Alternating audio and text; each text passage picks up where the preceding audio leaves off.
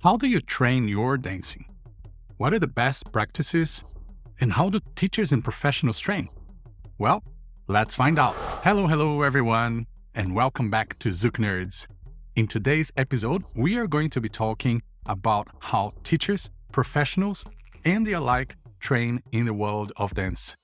We're going to share some tips and some of the best cases that we use each type of training to achieve different type of goals. Get ready to take some notes, and let's go!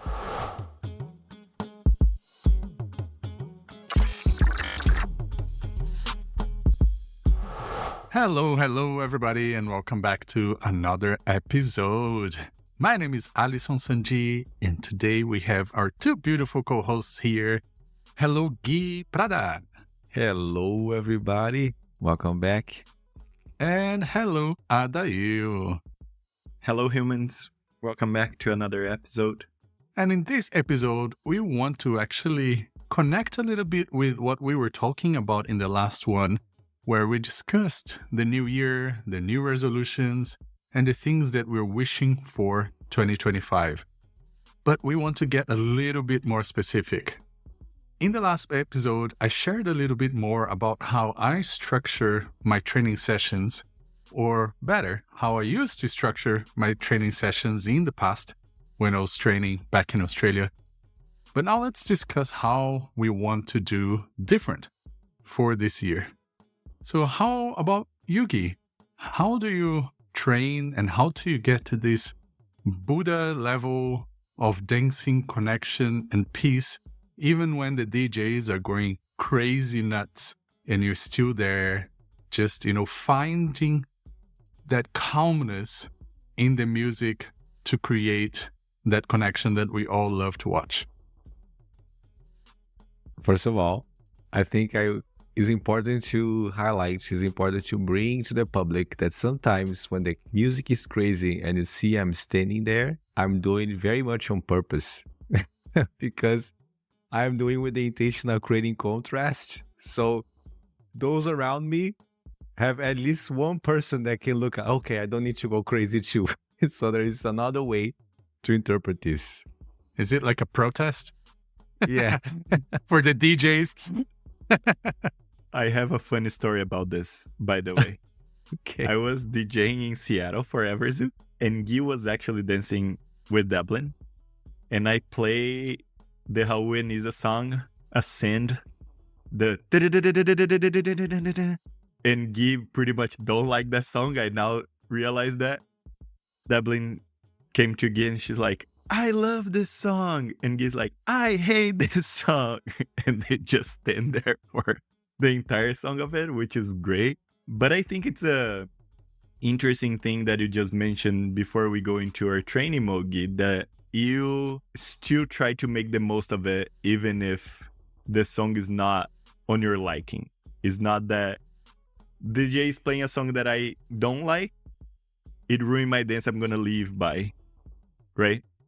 Yeah, 100%. I think it's finding that element in the song that I can connect with and staying there, dancing to that element, and also enjoying the company of my partner that I'm dancing with at the moment.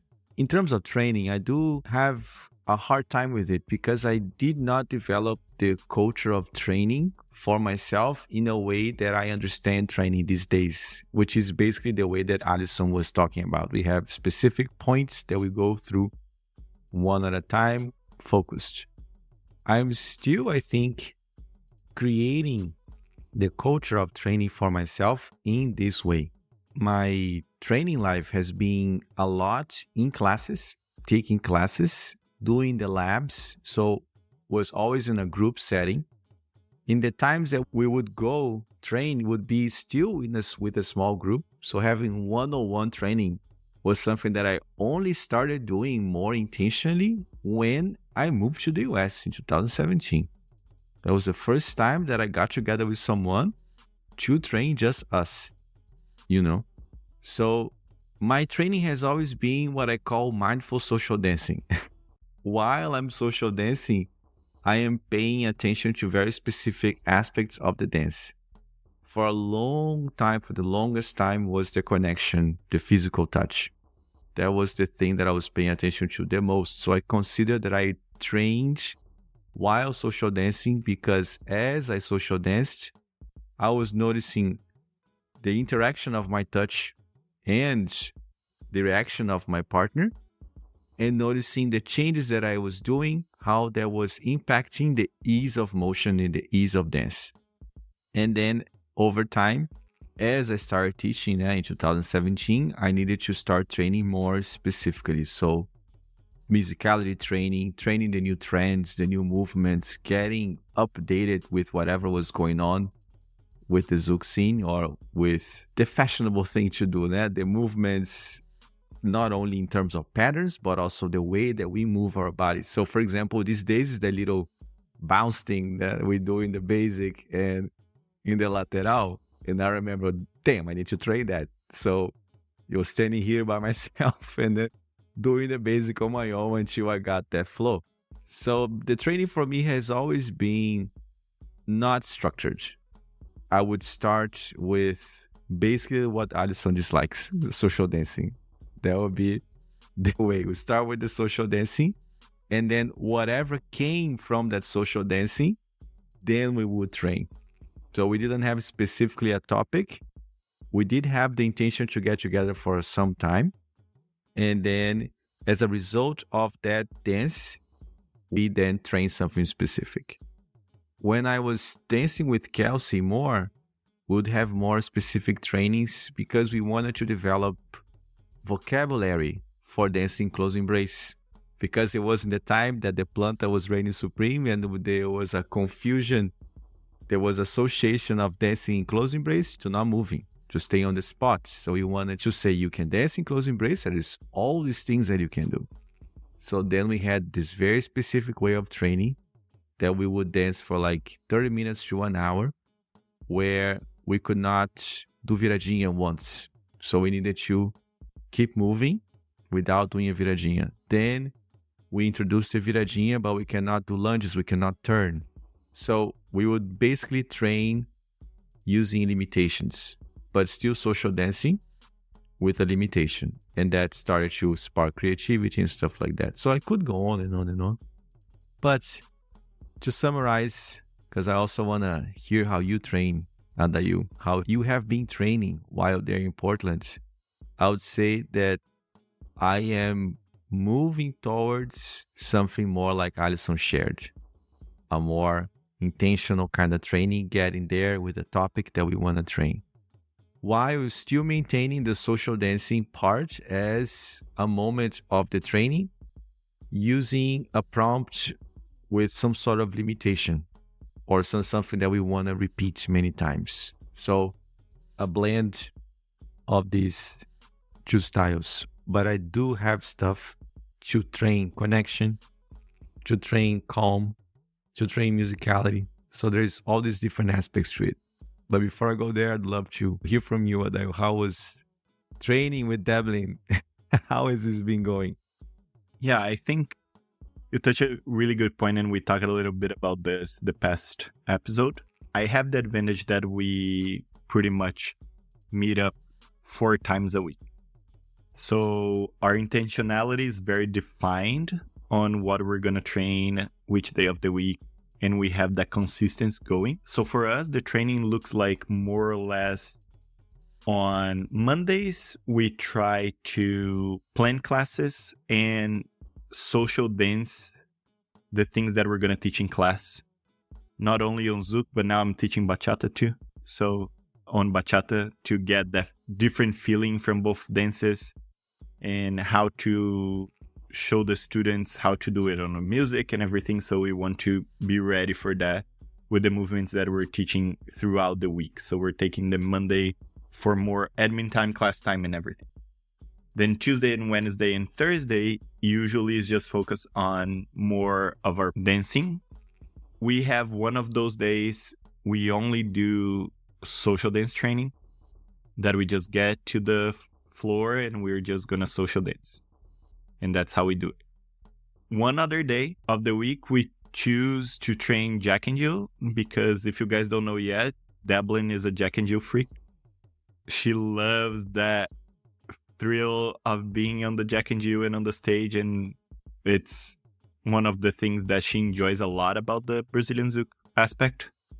And this one tip for people that are listening: if you want to practice for the Jack and Jill, I talked to some people when I was in Europe, and they're practicing for the Jack and Jill, dancing to a DJ set on SoundCloud. And my recommendation is don't do it. Because more likely than not, the songs that you're practicing to is not what the DJ is going to play on the Jack and Jill. So my tip is what Deblin and I started doing, even though the sound is really bad. We just go to videographers' Instagrams. We just get whatever Jack and Jill they posted from advanced, intermediate, whatever they posted as a Jack and Jill.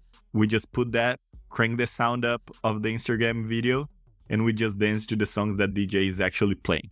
Because the right amount of time is probably the songs that they're going to play on other Jack and Jills. So I think that's a really good strategy to actually train for Jack and Jill. Because when you're practicing for the Jack and Jill to a DJ set, you usually don't have that pressure of, oh, I need to finish this in a minute and a half. And the song's going to be done and I didn't do anything. I did 4 laterals and great, you know? So I think having the same structure to actually practice to it is definitely a good strategy of practicing for the Jack and Jill. And then on the other day of the week, we try to focus a little bit more on our body movements. As Alisson was saying, of trying to do a little bit more of the solo training, and then trying to figure out a little bit more what Deblin likes to call the money moves, like things that we can put on a demo, for example. That is something that we also practice too. We pick a bunch of random songs that we think are going to be good for a demo or not, and then we try it out, see what we can put on a demo or not, try to work on our directions and our lines of the dance.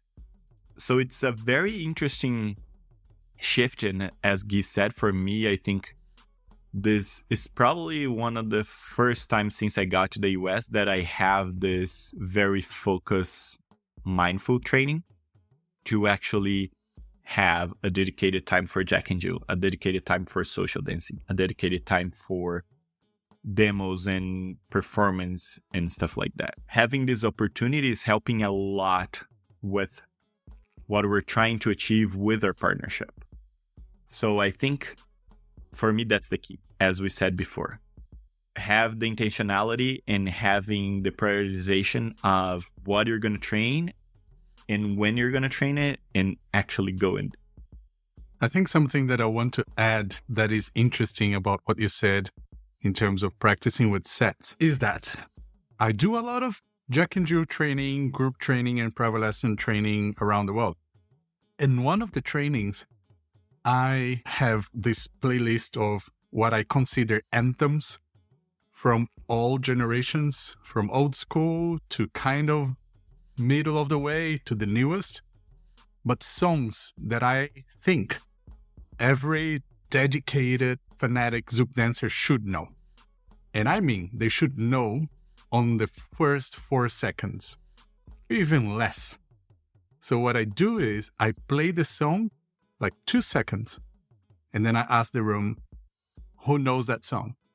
Or maybe if the song is a little bit harder, 4 seconds, 10 seconds. So they really know that song. And what you find is that people who only listen to sets cannot guess them. People who only go to socials and dance cannot guess them. And this is maybe just towards Jack and Jill, of course.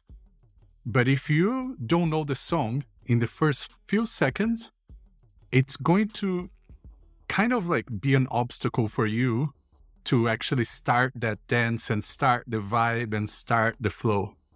Especially when we're talking about the big anthems. Because, you know, it's that kind of thing that we've all seen. Sometimes the DJ plays a song. As soon as it goes, boom, everybody's like, oh my God, oh my God, oh my God. Because everybody knows that song. And that song is going to split the group between the people who know their music and have done their studies and the people who simply show up to class, show up to socials, and that's it, without actually going for music and studying music and understanding what artists and what kind of music and what kind of styles. So yeah, just a little side note on how I find very interesting that sometimes even I myself, when I'm listening to a song, I'm like, oh my God, I've never heard the first 10 seconds of the song, because most of the DJs will never play that first 10 seconds, maybe because it's just a little difficult to mix, or it doesn't mix well. So then they skip to like something a couple of 10, 15, 20 seconds into the song, and also the end of the song. And that's more to do with demos. Sometimes somebody says, hey, why don't you do a demo to this song? And I fell into this issue before where I thought, oh my God, I love this song. Yes, please, can you play it for me? Because I didn't have the song they were suggesting. And then I realized midway through the song that I have no idea how the song ends. And I'm just trying to guess and guess and guess, and I keep missing the end until the moment where sometimes the song just cuts. Because some musicians, I think they're very lazy and they don't make an end to a song, especially a lot of the new famous so-called musicians, I would say, that are like, a certain style of music out there. And suddenly the music just dies at 1 minute 36. And I'm like, what? Did you run out of budget to actually finish a song? Did your producer quit on you? Because what the hell? You just, boom, cut. Not even 2.5 minutes. So yes, I think musical study is a big thing. Very important to do, not just the dance study. Yeah, I have a few great anecdotes about this also. And I agree with you, Alisson. I think you need to choose the right songs to what you're training or not.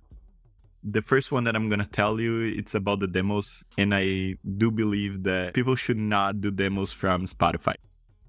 And there's a funny anecdote of a couple that were doing a demo on this event. They choose the song from Spotify. And when they were playing the song, there was me, Raquel Ramalho, and Leandro. And we look at each other and we knew, because the song on Spotify just ends abruptly. It doesn't have an end. It's a famous Zouk song, but it just ends abruptly. And we just look at each other and we're like, let's see what is going to happen. And then the couple were dancing and then the song just ends. And they look at us like, why did you turn the song off? And we're like, it's not us, Spotify. I'm sorry. So it's something for people to be careful. And if you're going to demo to a song, listen to the song until the end. Make sure that the song has an end on it. So yeah, when people suggest a song for me, I just make sure that I go like, okay, let me hear the first 10 seconds, last 10 seconds. And I'm like, okay, go. I don't need to know the middle, but now I know how it ends. Mm-hmm. And I think going back to the Jack and Jill training, I think it's really important if you're training for the Jack and Jill to have a repertoire of songs that are anthems, as Alisson was saying. Because if you watch videos of Jack and Jills that are posted, for example, I think right now, Kaká and Leandro are probably the two that recognize every single song in the first 2 seconds of songs. So you can definitely see when they're dancing on the All-Star Jack and Jill, the DJ starts playing, they both turn to the DJ and they're like, eh. And some of the other people are like, don't even realize what is happening. Or even on advanced or intermediate, I think, for example, the competitors that are also DJs, we have a little bit of an advantage. Because as soon as the songs start playing, we're like, oh, we know what is going on. And some people don't even have a clue at what the song is.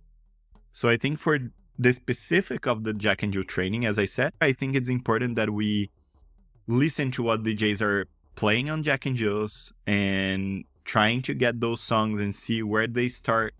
Because sometimes as a DJ, we're asked to cut part of the intro of the song because the intro is too long.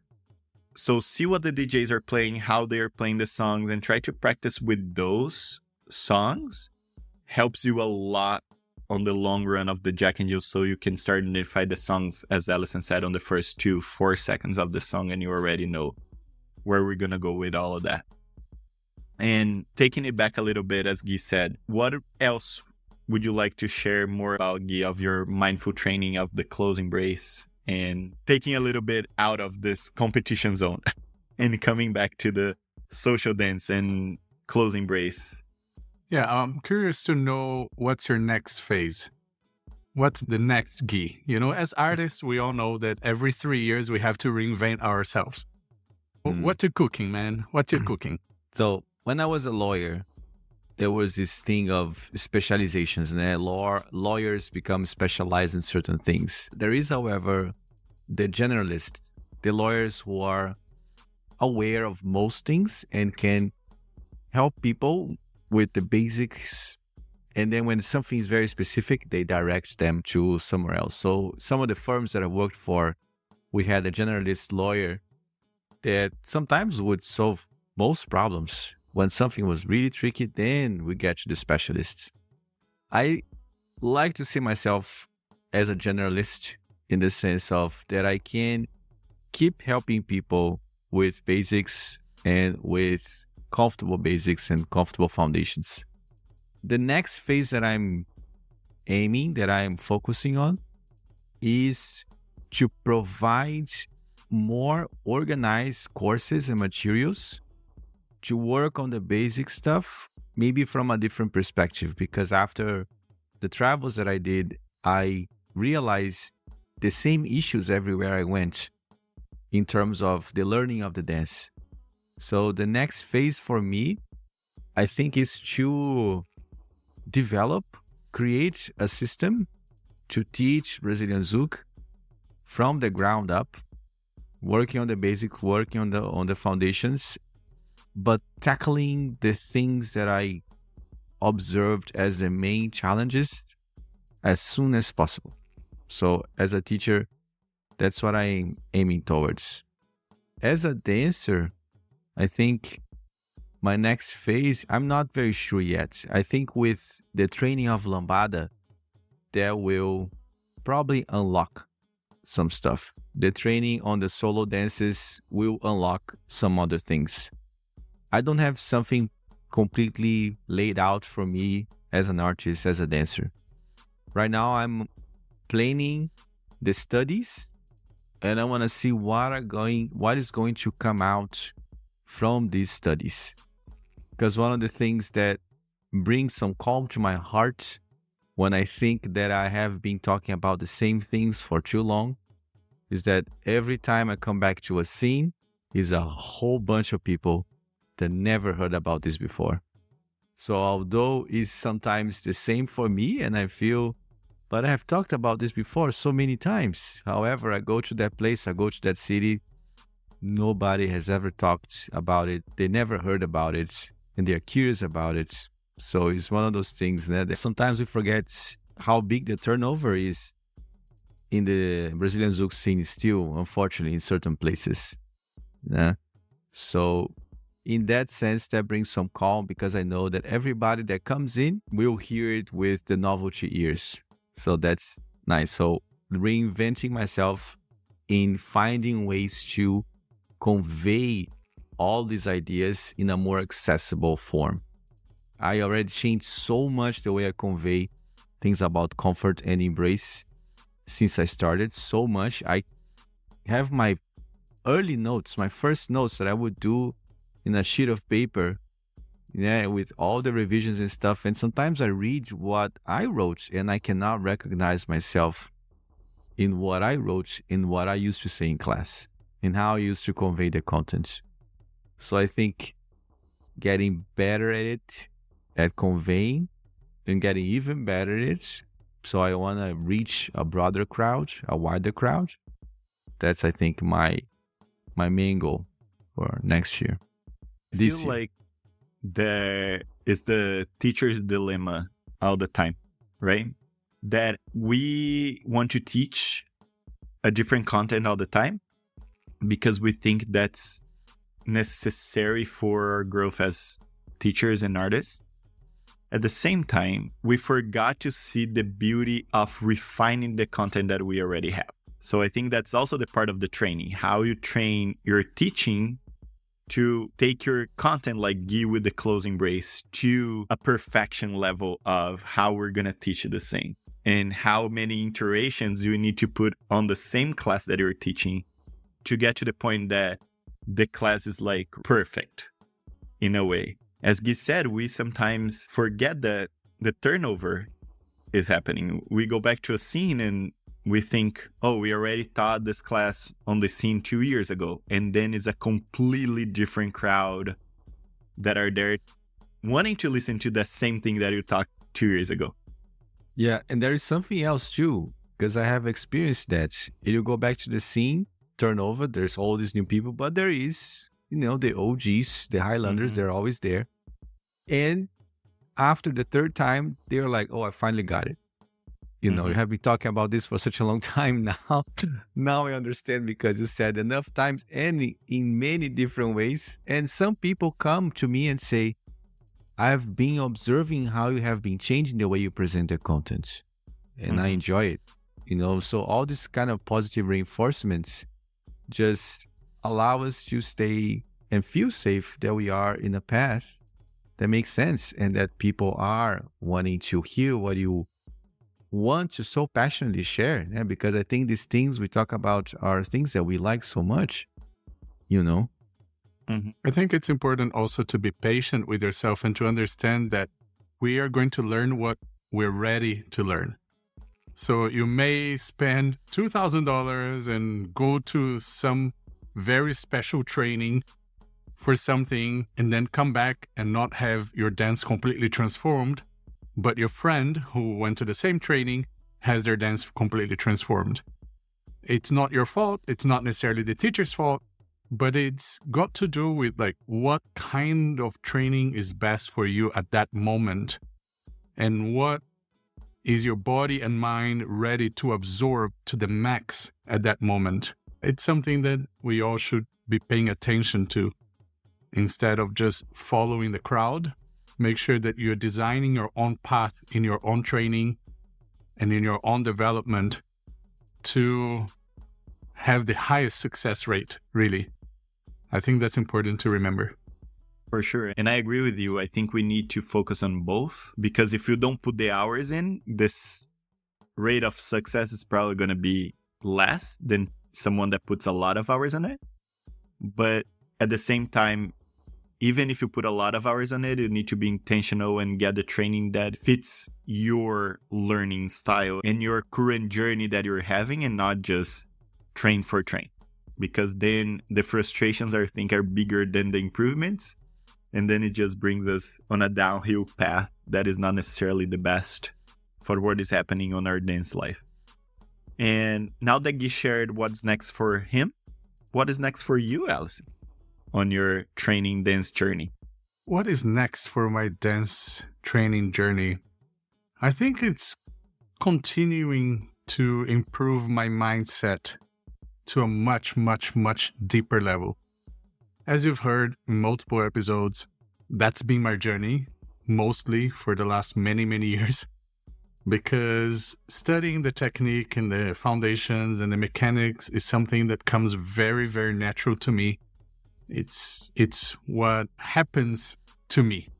I don't really need to necessarily create some intention, but the mindset, the calmness, the peacefulness, the confidence to social dance and to just be there in the moment, not judge myself and not feel pressured. Those are the things that I need to continue training and that I would like to continue training, as well as what I mentioned before. I think continuing with some solo dancing, some other dance styles, and investing more into lambada. I think those are the more technical goals that I can mention.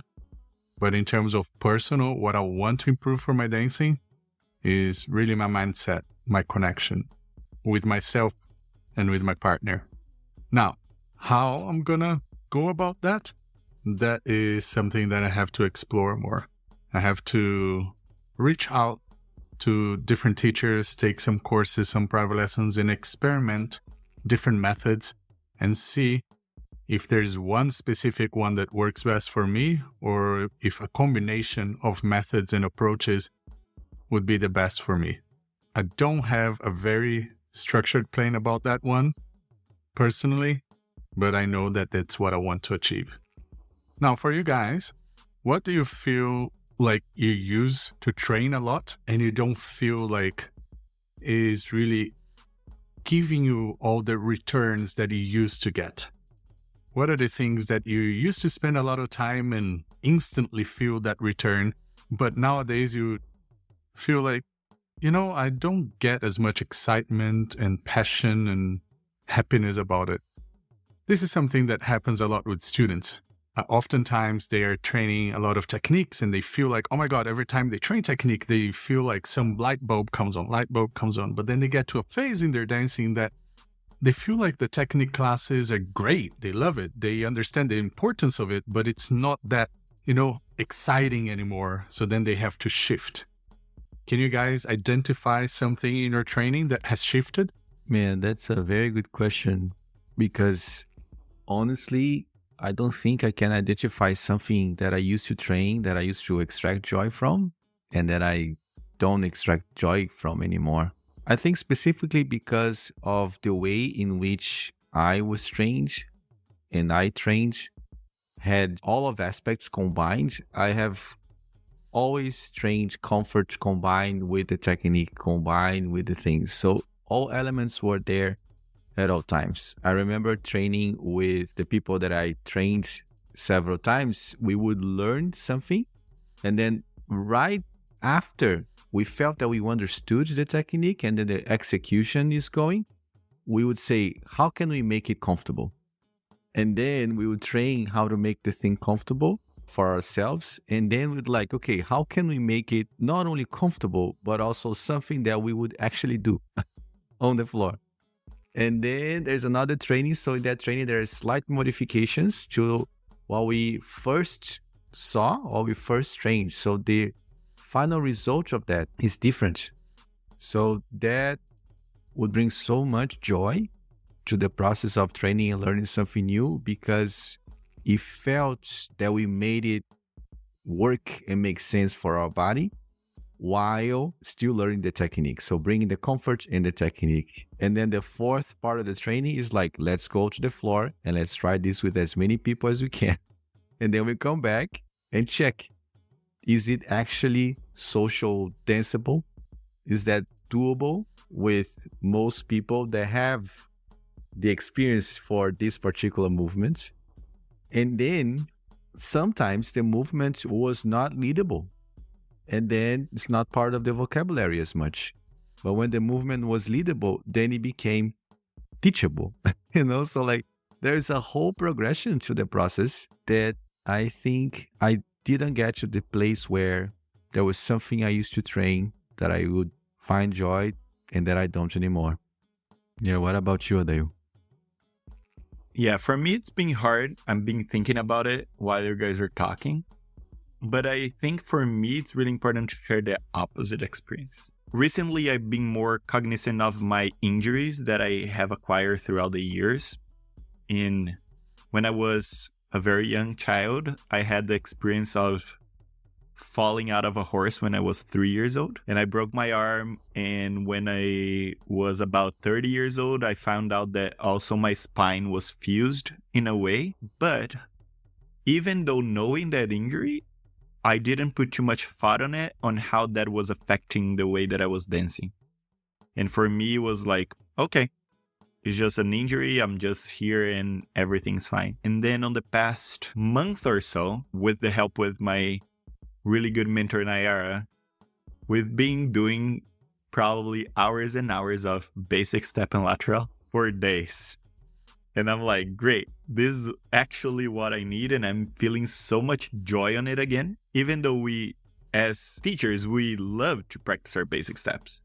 But I think right now, just to see the improvement of the body with this new mind and how to work around it with the injuries, I think like the joy actually, it's on the high right now of like, I'm going to be here and do my basic step for an hour. That's fantastic. And see how it's changing the dance and see how it's changing things that I used to do before, even on the harder moves. and how that accommodation to the body is helping a lot with all of that. Also, I feel more joy also on the solo training on my individual dance, but not necessarily Zouk dancing, but just as a psychological thing to accept more my body the way it is and actually be more keen to put this mentality towards of how I'm moving my body to present to myself first and to other people. So I think bringing this joy back to my life, it's helping a lot. And I think it's, as Alisson asked, I think it's something that I lost a little bit of the joy before on how to move my body. I think I didn't care about it that much. And now it's a renewed life of different experiences on this part of the dance. What about you, Alisson? What is something that you lost or regained joy for it? I think it's kind of like the idea of how I train.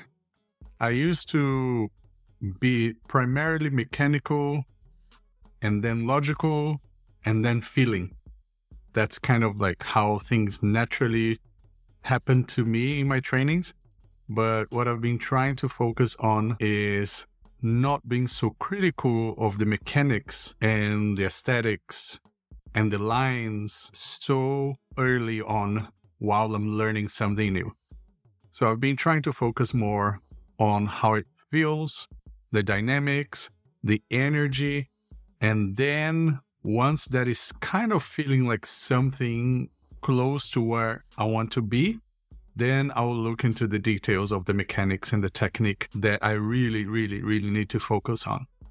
That is because I feel like a lot of the times I would get stuck into analysis paralysis simply because I was overanalyzing the technique and the body placement and the geometry of the movement or anything like that.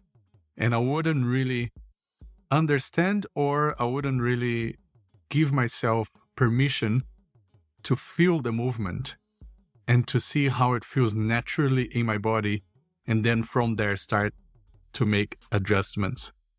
So that's kind of like what I want to change or continue to want to change, to have a better blend of all of the aspects versus just going hardcore on the technique and the mechanics and then hoping that one day things are just going to click and I'm going to feel great about it.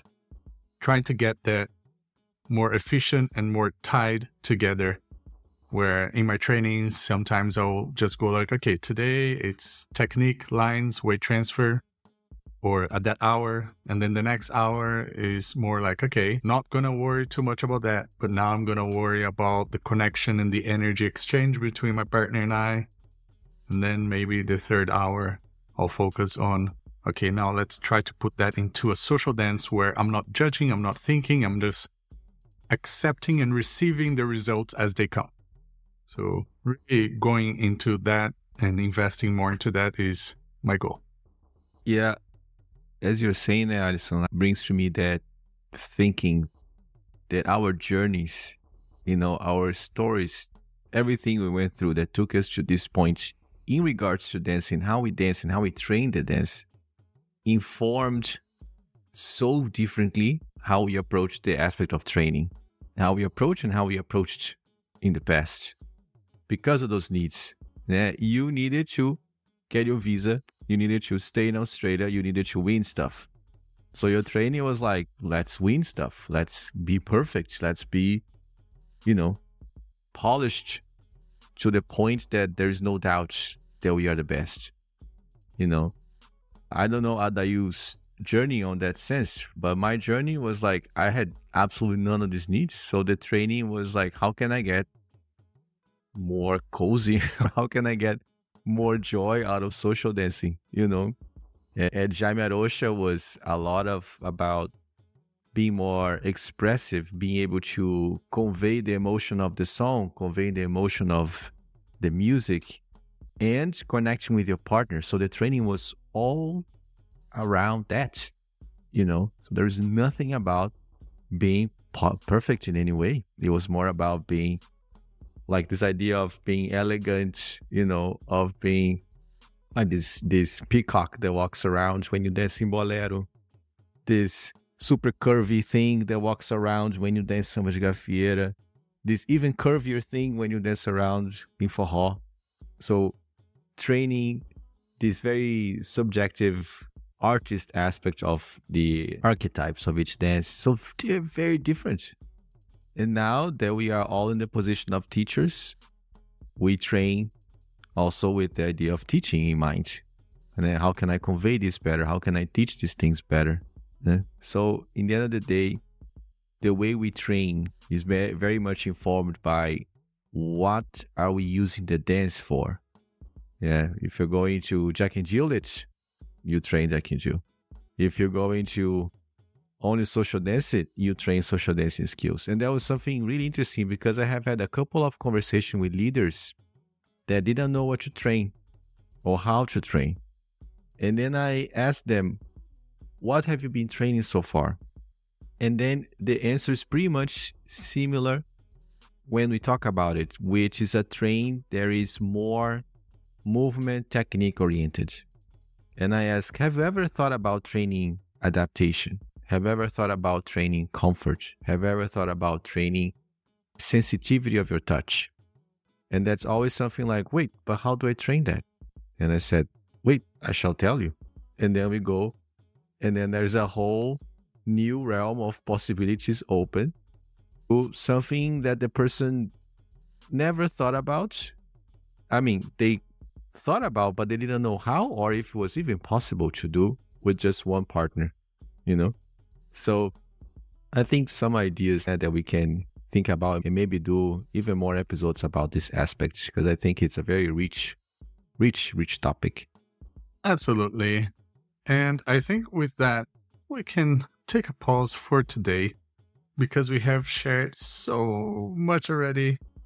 And I think our brains are almost kind of fried because at the same time as we've been sharing this, at least for me, I've been kind of like taking notes and writing things here because I'm like, I want to do this. I need to do this. I need to put myself into my priority list. It's almost like this has been a therapy session in group. Thank you very much.